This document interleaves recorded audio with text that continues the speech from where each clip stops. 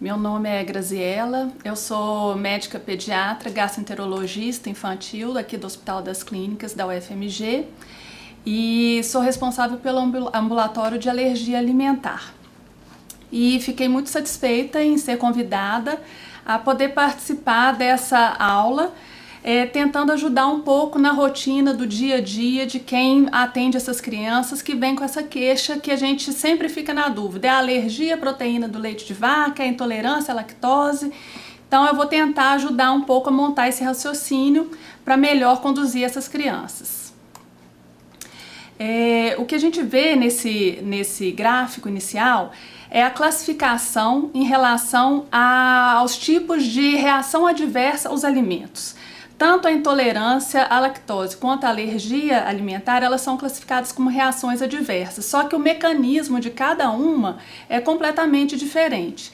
A gente tem aqui a alergia alimentar, ela está numa reação imunomediada, então ela tem uma reação imunológica envolvida para ela ocorrer. Já as reações não imunomediadas, elas têm outros mecanismos e a intolerância à lactose, ela se concentra aqui nos defeitos enzimáticos para poder ocorrer.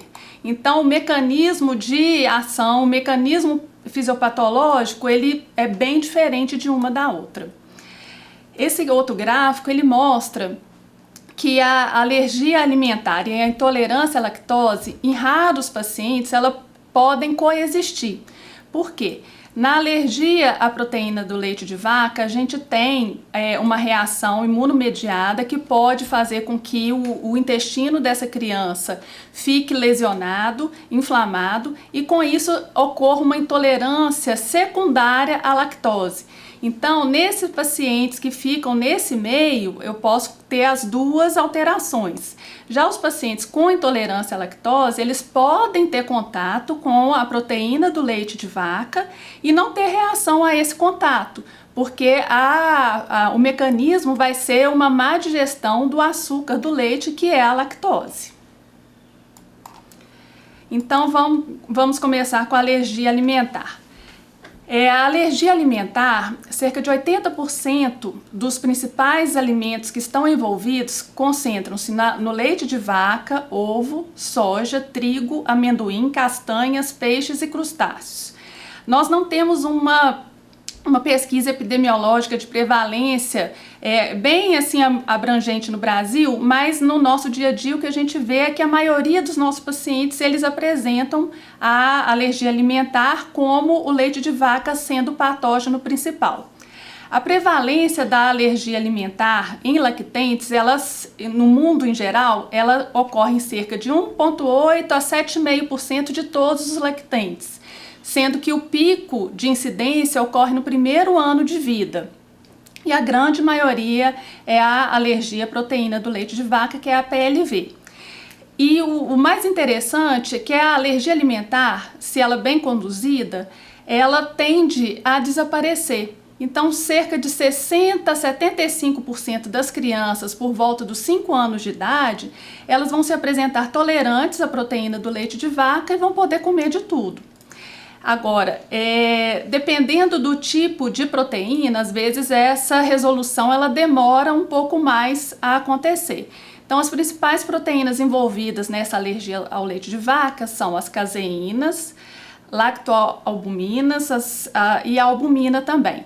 Sendo que essas proteínas elas estão presentes principalmente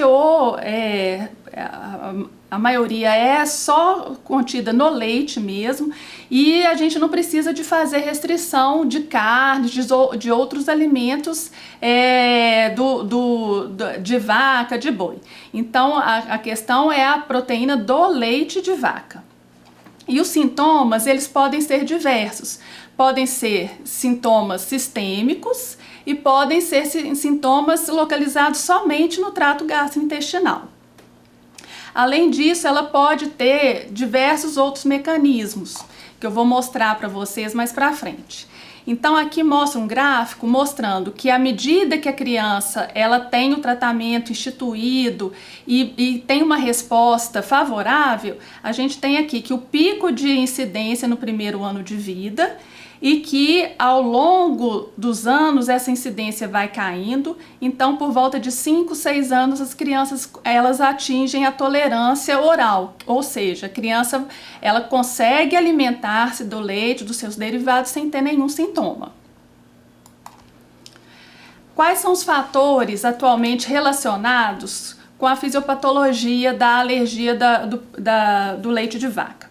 A gente ainda não tem uma linha bem delimitada de quais as crianças que seriam as candidatas a desenvolver. O que a gente tem é que as alergias alimentares elas têm aumentado muito nos últimos anos, e isso pode estar relacionado ao estilo de vida ocidental, que tem a vida moderna, a vida que saiu da área rural para a vida urbana, os alimentos ultraprocessados, a diminuição com patógenos, então são aquelas crianças que a gente fala que vivem na bolha, que não podem brincar no chão, que não podem brincar na terra.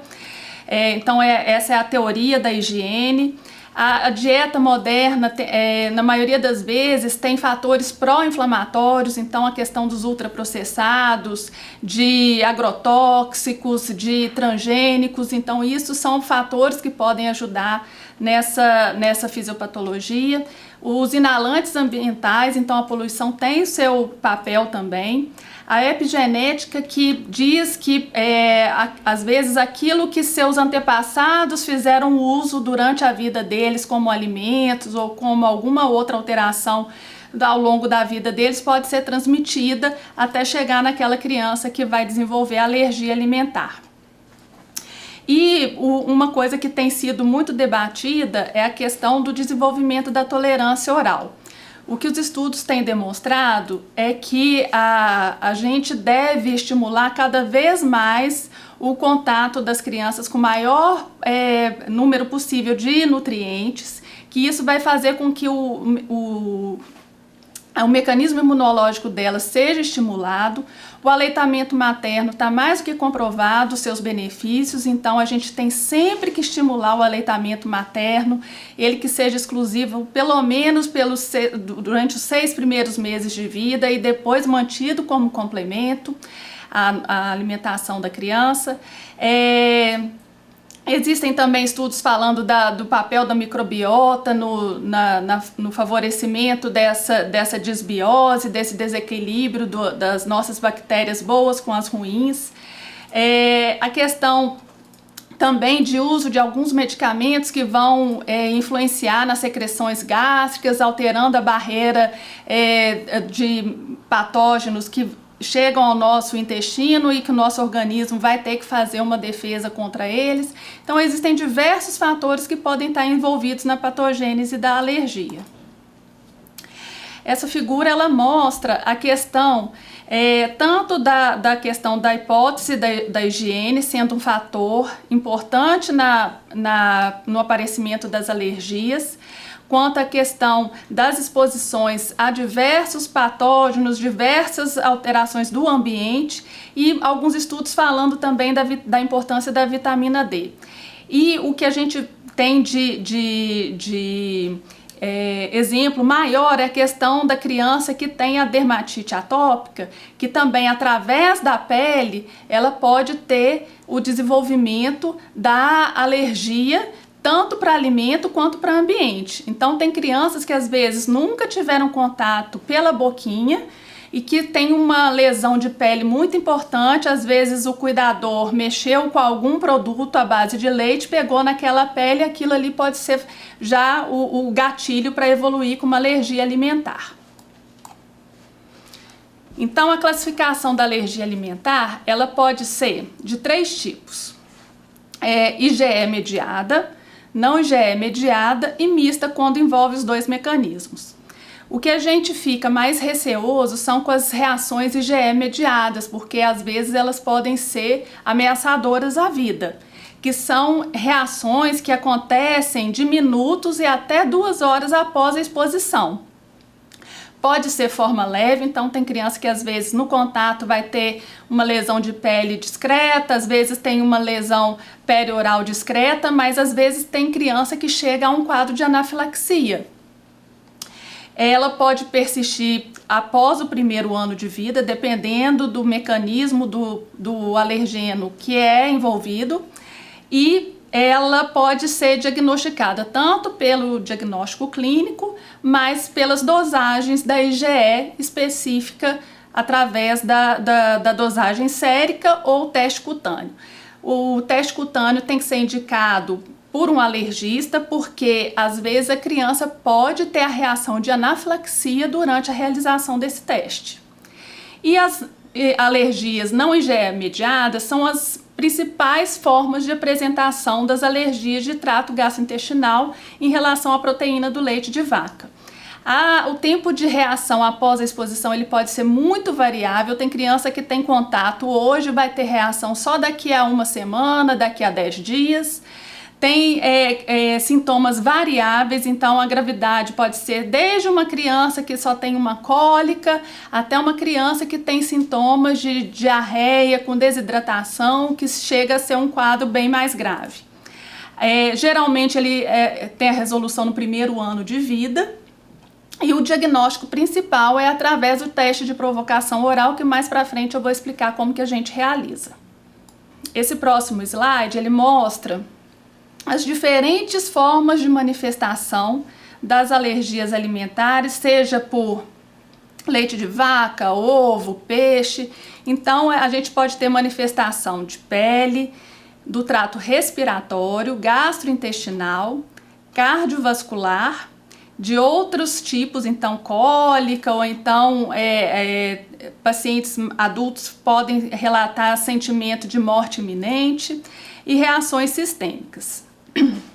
O que a gente vê em relação ao trato gastrointestinal é que pode ser reação mediada por IgE, que pode ser aquela reação mais aguda, mais rápida de apresentação.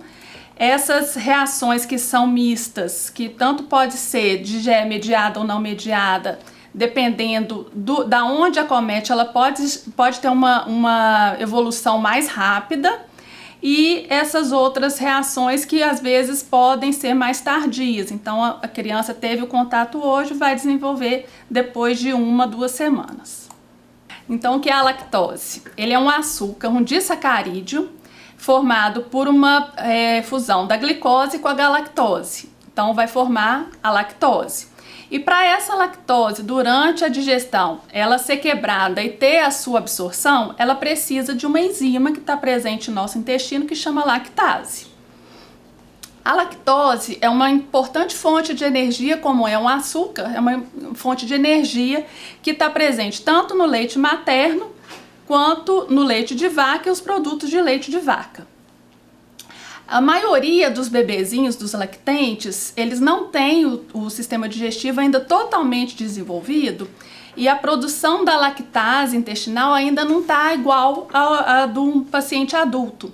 Então, alguma quantidade de lactose acaba não sendo digerida, e esse açúcar no intestino, ele passa aqui no jejum, no íleo, então no intestino delgado, que vai acontecer essa absorção da lactose através da quebra, né, da glicose com a galactose, e o que não é absorvido vai para o colo e vai formar um fator de alimentação para as bactérias boas do nosso intestino. E além disso, formação de ácidos graxos de cadeia curta, que também são fontes de energia para as células intestinais. Então, esse açúcar que vem da lactose também é uma fonte importante de nutriente para o nosso organismo. Então, aqui a gente vê a figura da lactose chegando no intestino delgado. A lactase é a enzima que está presente aqui nos enterócitos aqui nas células do intestino delgado. Então, por ação dessa enzima, vai haver a quebra da glicose e da lactose, e com isso ela vai ser absorvida. O que não é absorvido vai como alimento para as bactérias fermentativas, e que, quando isso é em excesso, começa a acontecer os sintomas da intolerância à lactose, que vai ser a má digestão, com formação de gases, e as fezes ficam mais ácidas, então pode ter flatulência, dor abdominal, a irritação perianal. Então, os sintomas, eles vão depender principalmente do tempo de trânsito intestinal. O que é isso? O tempo que o alimento demora para ser digerido e os seus resíduos serem eliminados nas fezes. Então, se a pessoa tem um trânsito intestinal rápido, às vezes ela não consegue digerir aquela lactose toda e vai acontecer essa fermentação rápida no intestino. Se a pessoa ingere uma quantidade menor de lactose, às vezes aquilo ela consegue fazer a digestão e não vai ter sintoma. E se a pessoa tem uma quantidade de lactase ainda que dá conta de fazer a digestão, ela também não vai ter sintoma. Então, esses são os fatores que vão influenciar no aparecimento dos sintomas. E os principais: dor abdominal, borborismo, que é aquela sensação de ter aquele gás dentro da barriga, a distensão do abdômen, náuseas, flatulência, diarreia. E tem alguns estudos que citam também como sintoma constipação intestinal, porque às vezes os metabólitos dessa lactose que não foi digerida, às vezes pode fazer com que o tempo de trânsito fique um pouco mais lento. Tem alguns estudos que citam cefaleia também como sintoma. E a perda de peso, ela vai acontecer num quadro mais intenso, às vezes prolongado, e o que a gente tem que ficar sempre em mente é a questão das doenças que podem causar a intolerância à lactose. Então, ela pode ser classificada nesses tipos, né? A deficiência relativa da lactase do prematuro. Então, a gente começa a produzir a lactase por volta de 34 semanas de idade gestacional. Então, se esse bebezinho nasceu prematuro, ele vai ter uma deficiência relativa que à medida que ele vai desenvolvendo, ele vai voltando a produzir e depois ele vai alcançando a quantidade de lactase que tem um adulto. A principal é essa causa de intolerância à lactose genética. A deficiência secundária, então alguma doença gera essa intolerância. E o FODMAP, eu não vou entrar muito em questão, que do intestino irritável ligado mais aos pacientes adultos.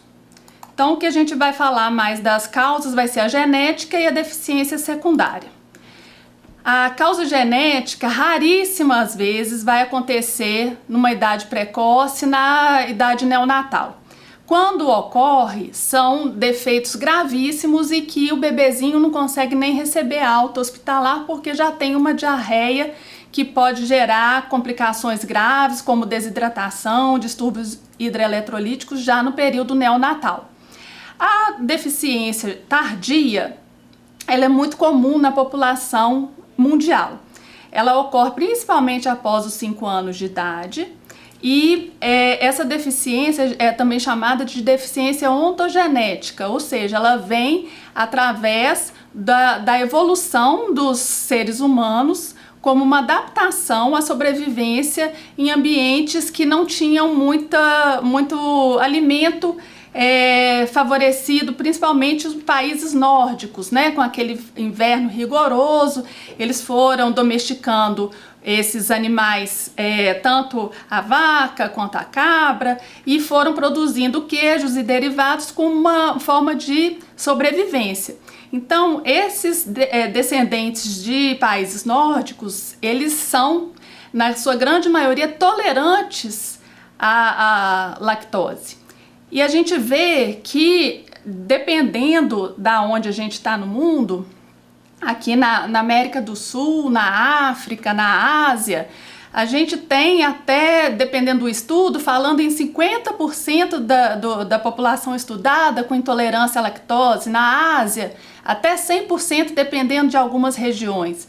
Então é uma causa de má digestão muito frequente no nosso meio.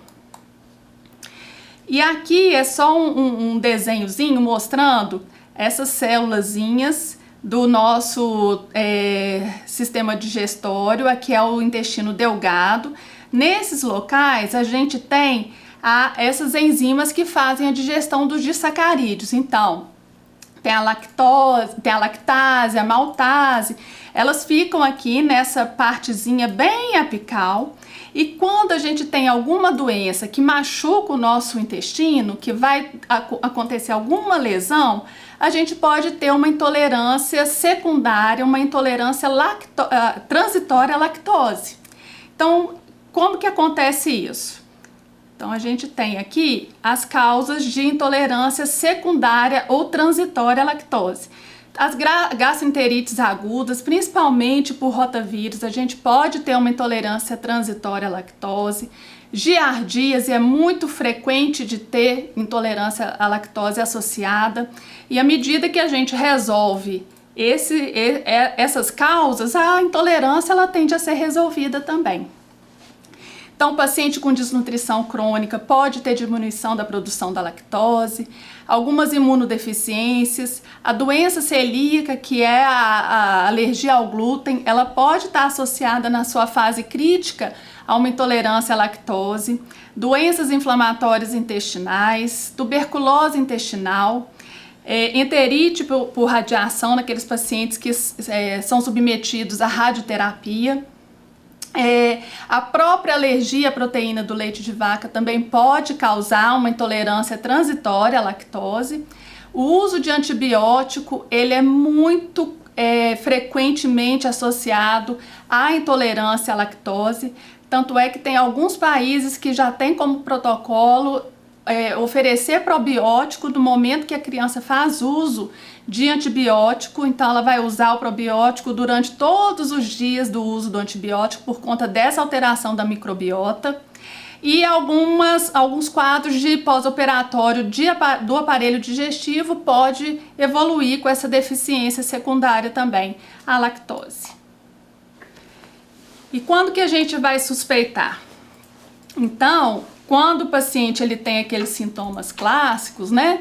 Então é uma criança que tem uma dermatite atópica importante, tem uma asma grave e cursa com aquele quadro de diarreia, distensão abdominal, a gente vai pensar primeiramente numa alergia à proteína do leite de vaca.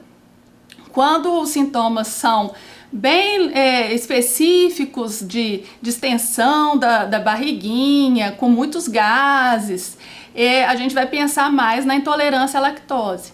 Mas tem essa área aqui que os sintomas, às vezes, né, a diarreia, a dermatite perianal, cólicas, às vezes a gente não vai saber como diferenciar um do outro. E como que a gente faz isso? Então, através de uma história clínica bem detalhada, às vezes a gente já consegue chegar no nosso diagnóstico.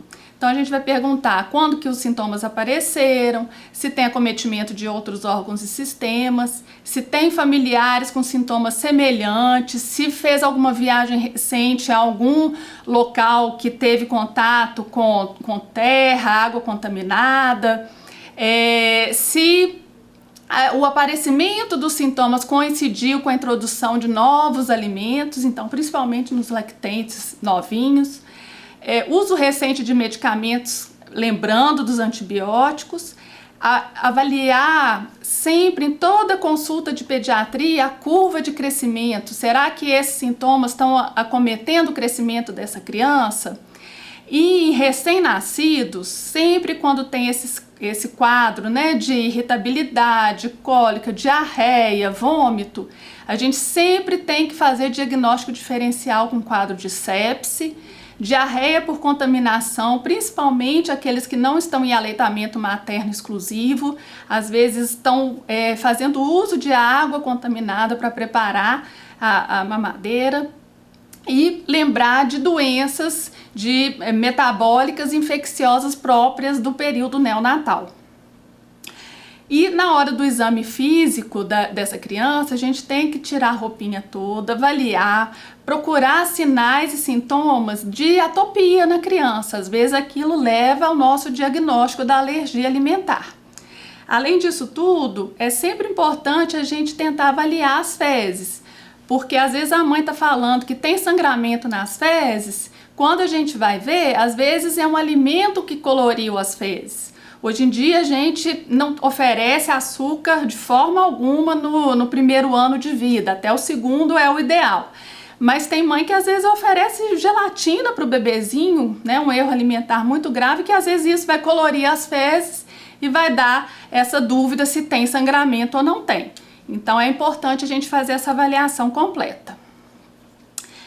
E a gente fez essa história, conversou com a família. Será que a gente precisa de fazer algum exame complementar? Como que a gente vai fechar esse diagnóstico? Em relação à alergia à proteína do leite de vaca, a maioria dos casos a gente não vai precisar de exame complementar. Se a criança já fez algum exame, alguns podem apresentar uma eosinofilia periférica, principalmente os bebezinhos mais novinhos, nos quadros de proctocolite alérgica e nas doenças eosinofílicas. Então isso pode ser um fator a mais para ajudar no nosso diagnóstico. A dosagem de IgE específica para a proteína do leite de vaca, normalmente a gente vai pensar em solicitar para aqueles pacientes que apresentam quadros sugestivos de anafilaxia, de reações mais graves, que aí a gente vai ter que fazer uma orientação de como essa família deve abordar num contato eventual ao alimento que ele demonstra ser alérgico. Caso ele faça, dependendo do valor do kit do laboratório, a gente vai considerar positivo acima de 15 unidades por ml e para crianças abaixo de 1 aninho esse valor ele cai um pouco acima de 5. Ou então, se for KU por litro, esse valor cai para 0,35. Então, acima de 0,35 pode ser um valor positivo. Então a importância é isso, a alergia não mediada por IgE, que é a grande maioria das alergias com sintomas gastrointestinais, não adianta a gente fazer dosagem de IgE, porque a grande maioria vai ser IgE não mediada. O teste cutâneo, ele pode ser auxiliar também, mas a gente tem que tomar cuidado que a criança que tem reação típica de anafilaxia, ela pode eventualmente ser um risco de morte iminente o teste cutâneo. Então, ele deve ser indicado por um especialista. E em alguns casos selecionados, em casos das doenças eosinofílicas, a gente indica endoscopia, colonoscopia, mas seriam casos selecionados e o especialista que indicaria esses exames. E o mais importante, que é o padrão ouro na hora da gente fazer o diagnóstico da alergia alimentar, é o teste de provocação oral. O que consiste nesse teste? Ele vai ser um teste que a gente vai tentar reproduzir os sintomas que são relatados que a criança apresenta no momento que tem o contato com o alimento alergênico. Então ele serve tanto para confirmar ou para excluir o diagnóstico. Além disso, aquela criança que já vem em tratamento para alergia alimentar, a gente faz esse teste novamente no momento que a gente acha que essa criança já desenvolveu a tolerância e resolveu a alergia. Então, pelo período mínimo de 2 a 6 semanas, a gente orienta. Se o neném está em aleitamento materno exclusivo, a gente orienta a mãe. Então, a mãe vai tirar da dieta dela todos os produtos à base de leite de vaca e todos os derivados. Se é o bebezinho menorzinho, que está já em desmame, a gente vai introduzir uma fórmula não alergênica, que o ideal seriam as fórmulas hidrolisadas, e em casos mais selecionados, às vezes as fórmulas à base de aminoácido. E depois que a gente faz esse teste, a gente tira da dieta, depois a gente reintroduz. Se for criança que tem sintomas muito exuberantes, ele vai ser feito supervisionado pela equipe médica.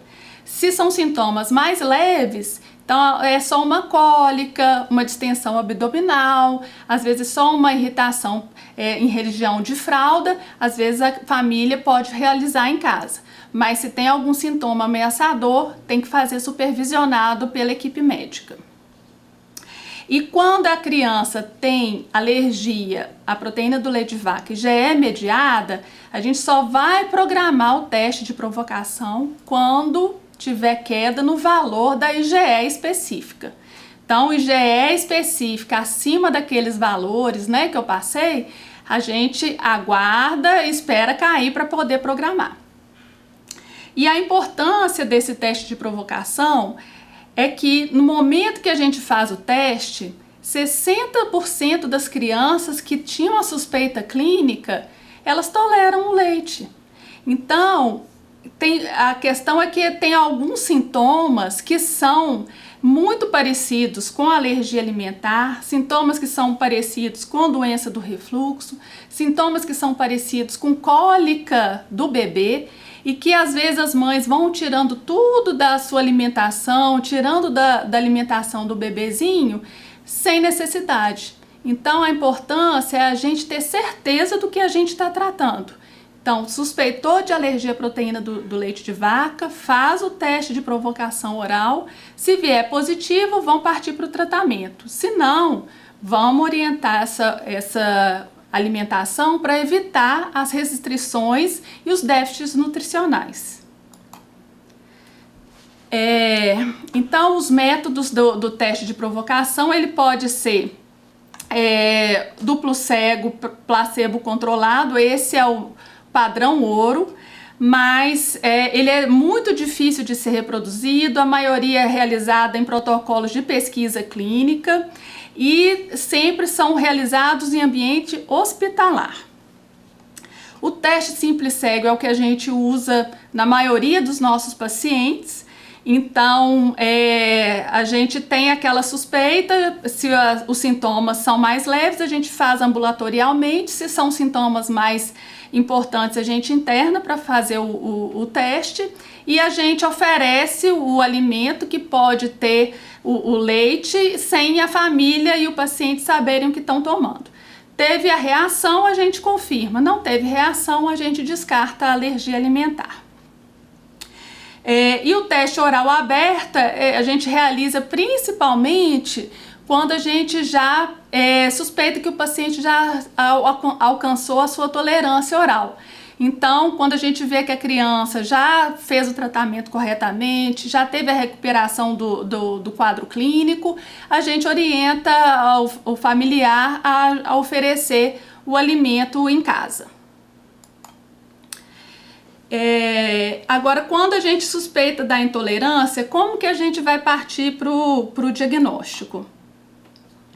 Existem alguns exames, esse teste genético, a intolerância, a maioria das vezes, ela vai ser essa causa genética, mas é um exame que não vai ajudar no nosso diagnóstico. Por quê? Às vezes a pessoa tem essa genética, mas o fenótipo dela, então o gene dela não vai ser manifestado, então ela não vai ter a doença. Então, para que a gente vai fazer um teste se não tem o sintoma e a gente vai tirar o alimento sem ter necessidade? Então, o teste genético a gente deixa só para protocolos clínicos, principalmente epidemiológicos.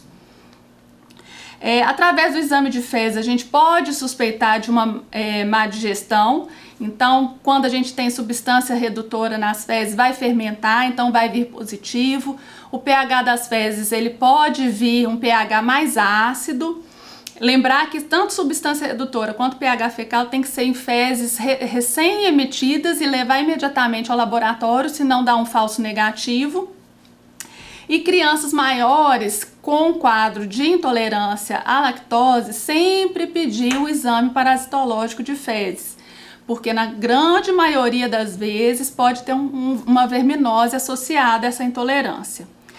E quando a criança ela apresenta algum sintoma, né, déficit de crescimento, é um quadro mais arrastado, tem algumas outras deficiências associadas, uma anemia, uma albumina mais baixa, a gente vai ter que pesquisar doenças que vão cursar com intolerância à lactose secundária.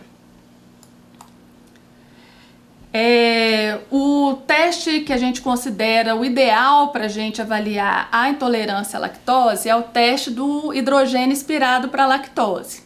Como que funciona esse exame? A gente dá através da boca um suco contendo substrato, que aí no caso vai ser a lactose. Aí o indivíduo ele vai ingerir esse líquido, então ele vai andar aqui no tubo digestivo. Aí, se o paciente ele tiver uma diminuição da produção da lactase, essa lactose não vai ser digerida e ela vai aparecer aqui no intestino grosso. Nesse intestino grosso, as bactérias vão fermentar essa lactose e com isso vai produzir hidrogênio e gás metano, e com isso vai alterar esse teste expirado. E o importante na hora da orientação de fazer esses testes é que não pode ter usado recente o antibiótico, porque senão vai alterar a microbiota e vai ter uma positividade desse exame. Medicamentos que aceleram a movimentação intestinal, então procinético, laxativos também devem ser suspensos, e diminuir a quantidade de fibras antes da realização do exame para justamente não alterar esse trânsito intestinal. E o jejum é o jejum que a gente faria para um exame de sangue de rotina, que é em torno de 6 horas de jejum. Então, isso aqui é só um exemplo de como seria o resultado positivo para a intolerância à lactose. Então, no momento zero é quando começou a ingerir esse suco. Então, esse suco ele foi passando aqui no tubo digestivo, chegou aqui no intestino delgado, aqui no pico, chegou no intestino grosso, que aí aqui a gente vê o tempo de trânsito desse líquido ao longo do tubo digestivo. Normalmente, se o paciente fizesse a digestão dessa lactose, ficaria aqui em torno de 10 até negativo aqui nesse gráfico. Então, como ele está com aquela lactose fermentando no seu tubo digestivo, ele vai produzindo hidrogênio que vai aparecendo aqui nessa curvinha. Então, esse é um exame positivo. E a gente sempre, durante esses exames, a gente questiona se o paciente teve ou não sintoma. E nesse caso, ele terminou, depois de meia hora de ter ingerido o alimento, ele evoluiu com distensão, teve diarreia, então é um exame fortemente positivo. E a gente tem a opção que é mais fácil de ser realizada no dia a dia, é o teste de tolerância oral.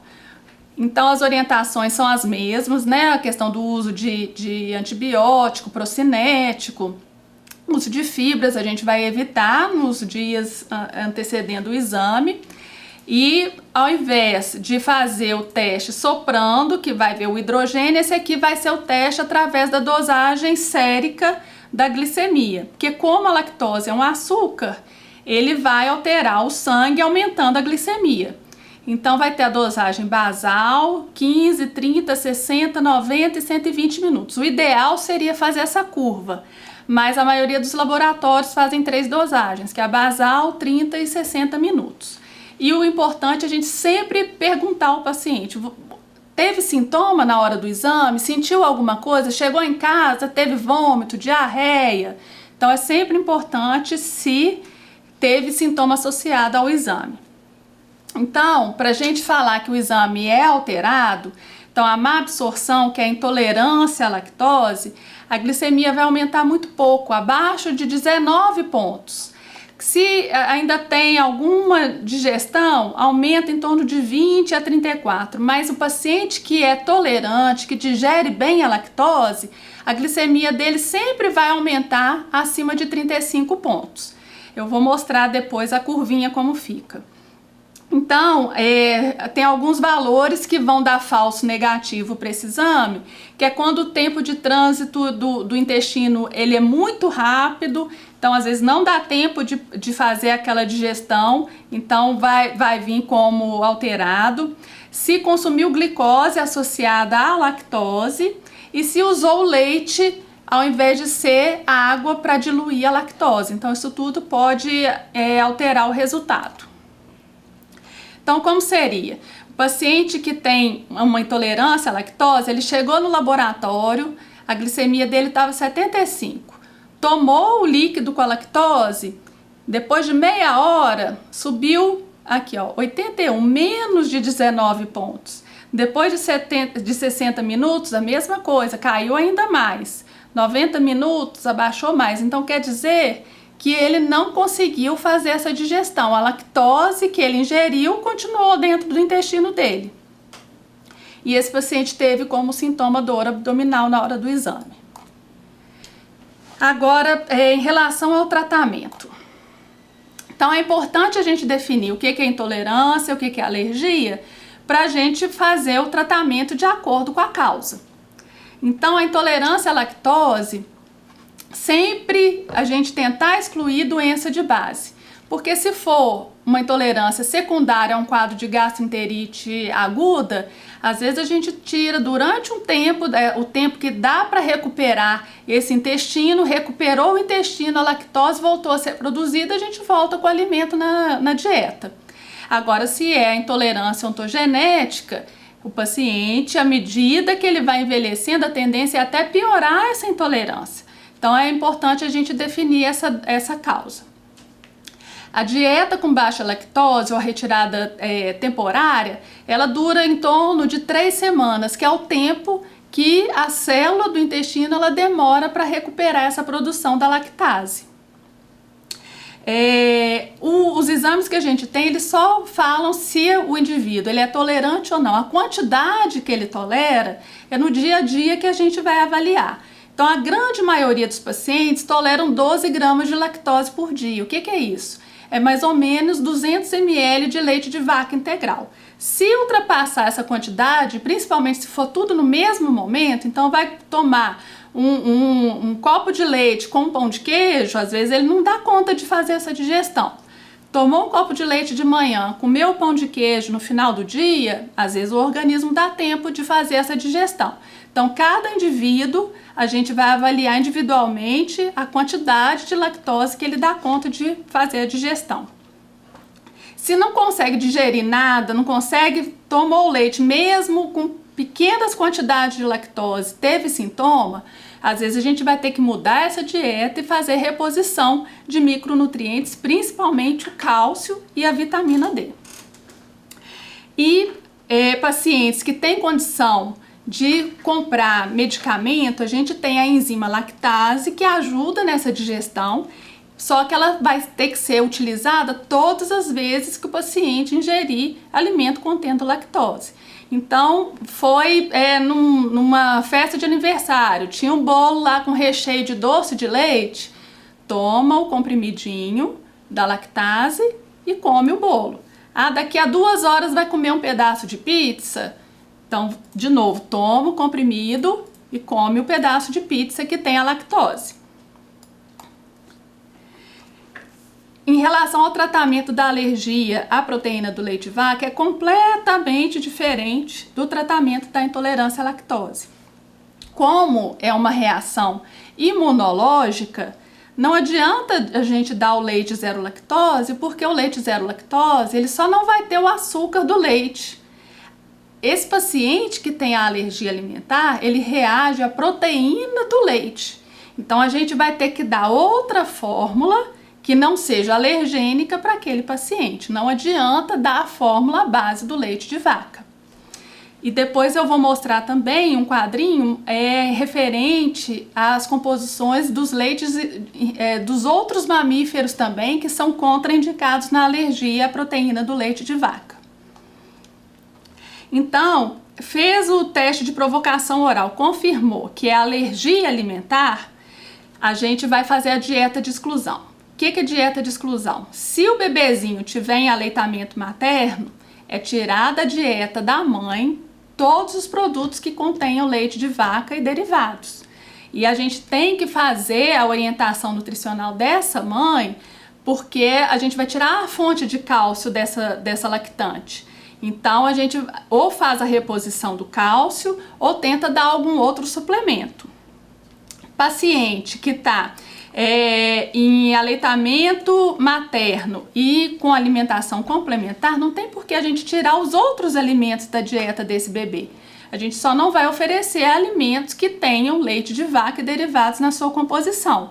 Então, a gente que vive, né, no estado de Minas Gerais, que tem o pão de queijo, as quitandas, a gente tem que orientar muito bem a família na hora de manipular esses alimentos. Porque não pode ter manteiga, não pode ter o queijo, a coalhada, então isso tudo vai ter que tirar da dieta dessas crianças. A importância da gente fazer o teste de provocação, tanto para o diagnóstico quanto para avaliar a tolerância, é evitar restrição alimentar desnecessária, tanto nas mães quanto nas crianças, porque isso pode acontecer uma desnutrição crônica, tanto na mãe quanto na criança, ou a gente não quer isso. E o tempo mínimo de exclusão é de 6 meses. Então, de 6 em 6 meses, a gente vai fazendo o teste de provocação para ver se o paciente já evoluiu com a tolerância. E quando está em desmame, a gente tem as fórmulas especiais. Então, a principal fórmula que a gente usa é extensamente hidrolisada, que é a preferível nas reações de alergia alimentar. A fórmula de soja é uma opção, mas em torno de 15% dos pacientes podem apresentar reação cruzada a essa soja. Então, nesses pacientes a gente vai contraindicar. Hoje em dia tem aparecido a fórmula de arroz, que não é a nossa primeira opção, mas para alguns casos selecionados pode ter a indicação do uso. E as fórmulas à base de aminoácidos, elas vão ser muito selecionadas para pacientes com reações alérgicas graves, alergias múltiplas e pacientes que têm intolerância ao extensamente hidrolisado. Agora vai aparecer esse quadro, que esse artigo do Arquivo Brasileiro de Asma, Alergia e Imunologia saiu esse ano, o nosso protocolo brasileiro de abordagem à alergia alimentar, e ele mostra esse quadro em relação a cada tipo de reação alérgica, qual seria a nossa fórmula ideal de partida. Então a gente vê essa daqui, que é aminoácido, e a última aqui, que é aminoácido, elas são indicadas, aqui a gente tem também para esofagite, então são casos muito selecionados que vai ser a primeira opção de tratamento de alergia alimentar.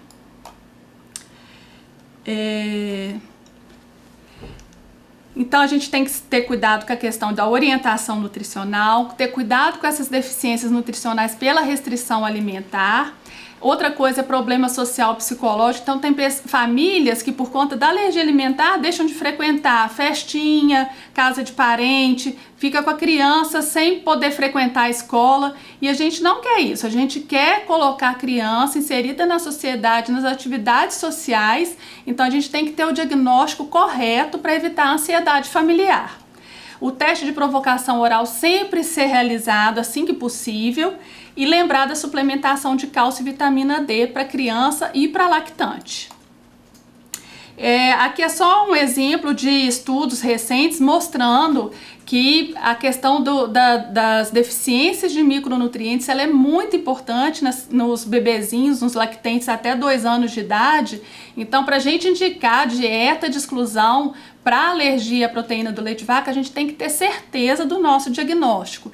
E a questão dos problemas sociais e de qualidade de vida relacionadas às dietas muito restritivas. Esse é um quadrinho só para ilustrar mesmo a questão da comparação dos leites de outros mamíferos com o leite humano, né? E para a gente ver que os componentes alergênicos, eles são muito semelhantes. Então, a criança que tem alergia à proteína do leite de vaca, a gente contraindica o uso de leite de cabra, leite de égua, leite de búfala, porque a chance de ter uma reação cruzada é muito grande. Esse outro quadrinho mostrando as bebidas ditas como leite, né, que está muito na moda hoje em dia, leite de amêndoa, leite de castanha. Então, para a gente fazer a comparação de como eles são pobres nutricionalmente para as crianças. Então, é um risco a gente indicar esses leites e causar uma desnutrição ainda maior nessas crianças. Então a gente vê aqui em relação ao cálcio, né? Aqui é o cálcio do leite de vaca, tem em torno de 39 miligramas. A gente vem para aqui, ó, para o leite de arroz, 2 miligramas, então quase não tem cálcio, né? Outra coisa importante é em relação à proteína. O leite de vaca, a concentração de proteína dele e das fórmulas do leite de soja, elas são as maiores. A gente vem aqui para o leite de castanha, não tem proteína nenhuma. Então a gente tem que tomar muito cuidado com essas novidades que vão aparecendo no mercado. Em relação à prevenção, agora terminando, o que a gente tem é que a intolerância à lactose, a gente tem que tomar cuidado com as prevenções dos cuidados com as crianças mesmo. Então, cuidado com as diarreias agudas, fazer a vacinação adequada para rotavírus, tomar cuidado com as parasitoses, lavar as mãos, lavar os alimentos, questão da higiene mesmo, né? E além disso, o profissional de saúde fazer o uso racional de antibiótico. Então, para a gente evitar o uso em excesso, tanto em relação a criar bactérias resistentes, quanto para fazer aquele organismo a desenvolver doenças por conta do uso em excesso. Em relação à alergia à proteína do leite de vaca, o que a gente tem de prevenção, o aleitamento materno está mais do que comprovado que previne diversas doenças, então a gente sempre vai estimular o aleitamento materno. A retirada do leite de vaca durante a gestação, não tem nenhum estudo que comprove que isso vai evitar do bebê ter a alergia à proteína do leite de vaca. E em relação à prevenção de uso de fórmulas hidrolisadas para crianças, pensando em prevenir alergia, o que a gente tem na literatura é que pacientes com história de dermatite atópica grave teria uma melhor evolução, ao invés da gente entrar com a fórmula de partida, a gente entrar com a fórmula extensamente hidrolisada. Mas seria só nesse caso específico. E aqui é só um resuminho mostrando mais ou menos como que a gente diferencia a alergia à proteína do leite de vaca da intolerância à lactose, pensando principalmente nisso, que o tratamento de uma é bem diferente do tratamento da outra. E é isso. Agora a gente vai abrir para as perguntas. Espero que tenha sido proveitosa essa aula. O que a gente tem atualmente na literatura é em relação ao uso de probióticos em fórmulas extensamente hidrolizadas, mas no Brasil a gente ainda não tem essa fórmula disponível, a Anvisa ainda não autorizou essa entrada, mas a gente fazer o uso de probiótico como uma prevenção, como uma forma da gente agilizar a resolução da alergia, ainda não tem nenhum estudo com essa comprovação científica, não. O que a gente vê é que o aleitamento materno, esse sim, pode favorecer uma melhor evolução na resolução dos sintomas.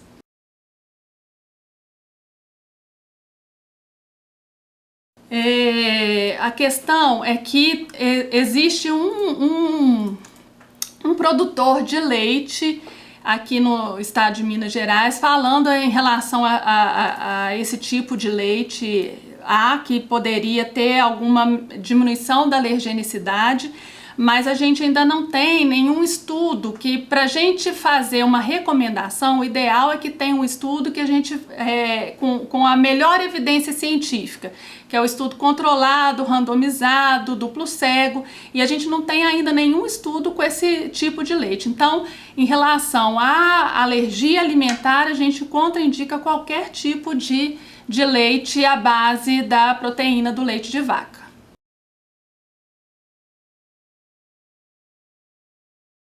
O que a gente tem que ter em mente é a questão da intolerância à lactose ter como base alguma outra doença que leve a essa alteração. Então, a gente tem que pensar Será que essa intolerância está relacionada a uma criança que está com otite de repetição usando antibiótico de repetição? Então, às vezes, vai ter essa alteração no leucograma.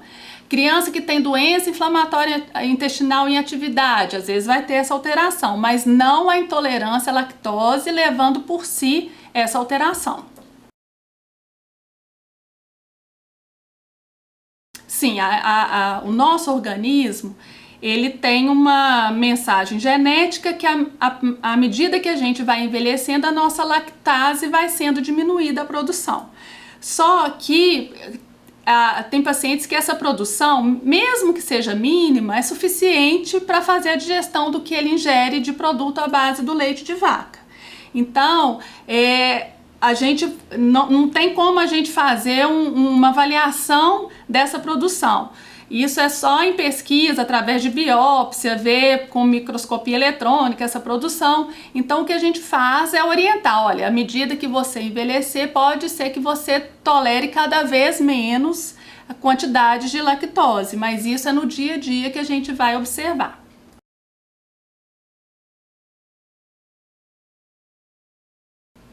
Os adultos, as alergias principais, elas são alergias a frutos do mar, camarão, oleaginosas, então nozes, castanhas. A alergia à proteína do leite de vaca não é comum acontecer.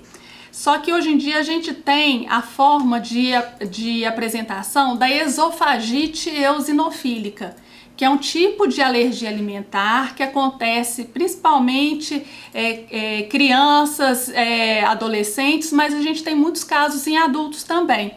Então, o adulto ele pode desenvolver, mas seria mais em relação a essa esofagite eosinofílica.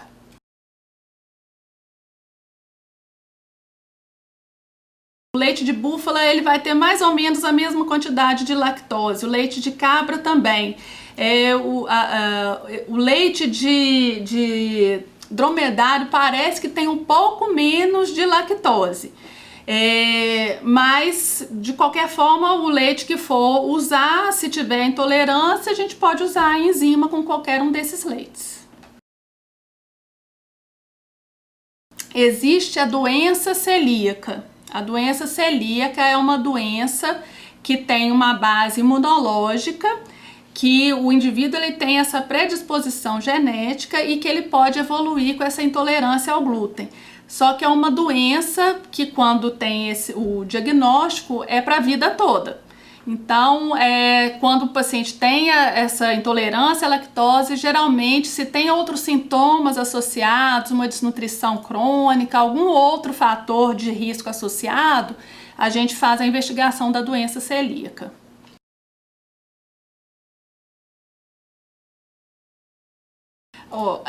O que a gente tem é que a Anvisa e a questão do Ministério da Agricultura, eles são muito rigorosos em termos de colocar a rotulagem correta dos alimentos. Então, quando tem lactose, a gente pode confiar que tem mais ou menos aquela quantidade.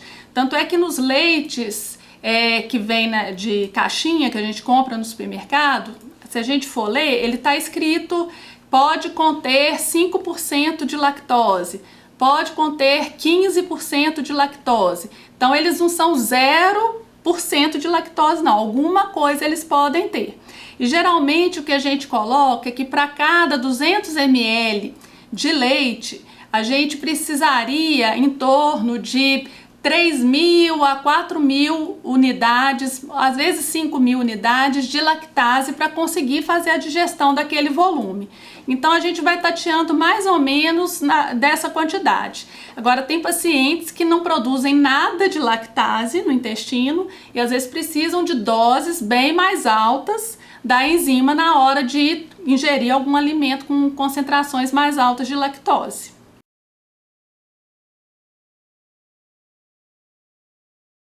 O que a gente vai perceber é o seguinte, que a criança com alergia, seja ela alimentar, respiratória, de pele, ela tem uma alteração imunológica que vai favorecer as alergias no modo geral. O que a gente costuma ver no nosso atendimento, que às vezes a criança ela começa a manifestar com uma alergia alimentar, resolve essa alergia alimentar e evolui com uma rinite ou com uma dermatite, alguma outra apresentação alérgica. Não necessariamente ela vai voltar a ter alergia alimentar, mas pode manifestar como outro tipo de alergia. Os bebezinhos, a grande maioria, no primeiro ano de vida, resolve e essa alergia não retorna. Agora, a esofagite eosinofílica, que é uma forma de alergia alimentar que a gente tem visto que tem aumentado, ela é uma doença cíclica. Então a gente faz o tratamento, melhora, passa um tempo, volta a ter de novo a crise. Então isso aí vai depender da forma de apresentação dessa alergia alimentar. Mas a grande maioria, depois que faz o tratamento, resolve.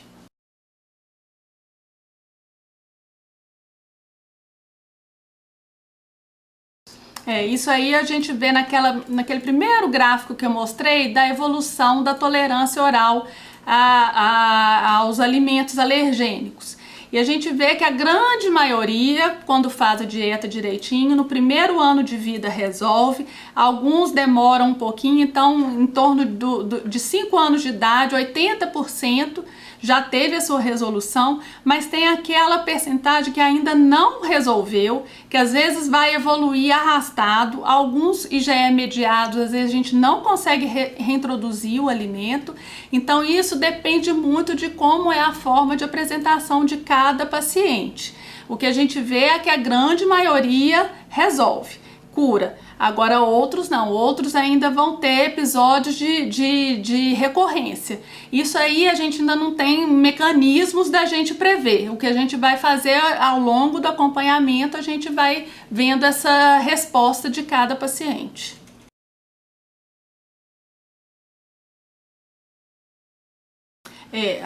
O que a gente vê é isso, que a grande maioria realiza exame de sangue para dar o diagnóstico de APLV. Só que a APLV, ela pode ser IgE mediada, não IgE mediada e mista. A grande maioria dos sintomas gastrointestinais são IgE não mediada. Então, não adianta a gente fazer a dosagem da IgE que vai vir negativa e isso não vai excluir o nosso diagnóstico. Então, o diagnóstico de alergia alimentar é através do teste de provocação oral. Esse é o padrão ouro para o nosso diagnóstico.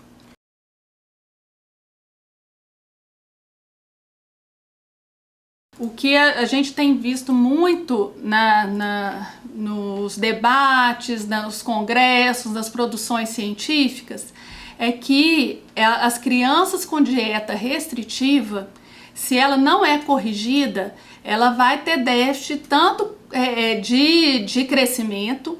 Então tem um estudo europeu que mostra que as crianças que tiveram alergia à proteína do leite de vaca e não fizeram uma orientação nutricional adequada, elas tiveram a sua curva de crescimento mais baixa do que a população em geral. E o que a gente tem que ficar bem atento são as deficiências de micronutrientes. Então a gente sabe que a anemia ferropriva é a principal deficiência nutricional em relação ao micronutriente da população brasileira. Então, se a mãe já tem essa anemia ferropriva, o leite materno dessa mãe vai ser um leite com uma concentração menor de ferro. E a gente sabe que o leite humano, ele não tem uma quantidade suficiente de ferro para a fase de crescimento da criança. Tanto é que quando a criança, a mãe já tem anemia, ou então a criança introduz os novos alimentos, a orientação é a gente dar o sulfato ferroso. Então a gente tem que ter cuidado com isso, a gente tem que ver se a alimentação daquela mãe é uma alimentação adequada, se ela supre todas as necessidades de macro e micronutrientes, para a gente falar que a alimentação daquela criança está sendo adequada. Então não adianta só a gente ver a criança, se ela está em aleitamento materno, a gente tem que ver se a alimentação da mãe também está suficiente. O ideal seria encaminhar para uma nutricionista e se a criança tiver algum quadro mais importante da alergia alimentar, encaminhar ou para o alergista ou para o gastroenterologista infantil.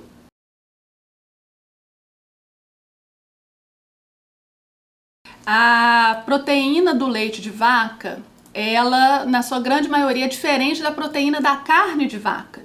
Então, essa retirada da carne, ela só vai ser indicada quando a criança tem alergia alimentar múltipla, com sintomas muito exuberantes, que às vezes ela vai ter que retirar outros alimentos da dieta. Ovo, soja, amendoim. Então, no dia a dia, a gente contraindica essa retirada da carne de vaca. A mãe tem que comer a carne de vaca, tem que comer arroz, feijão, tem que ter uma alimentação bem rica para o seu leite ser forte, ser rico em nutrientes e o bebezinho ter o desenvolvimento e o crescimento adequados.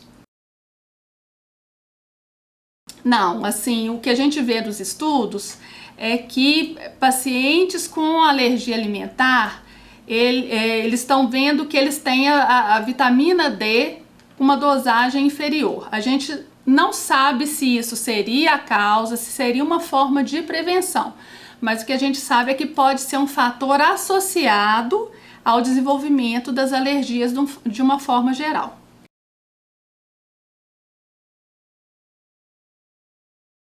Pode. Tem pacientes que às vezes podem ter só dermatite atópica grave, que às vezes a gente não consegue fazer o controle só com medicamentos tópicos. Às vezes a gente faz o diagnóstico da alergia alimentar nesses pacientes.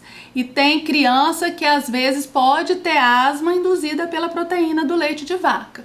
Então, são casos mais raros, mas pode acontecer sintomas isolados em sistemas diferentes do trato gastrointestinal.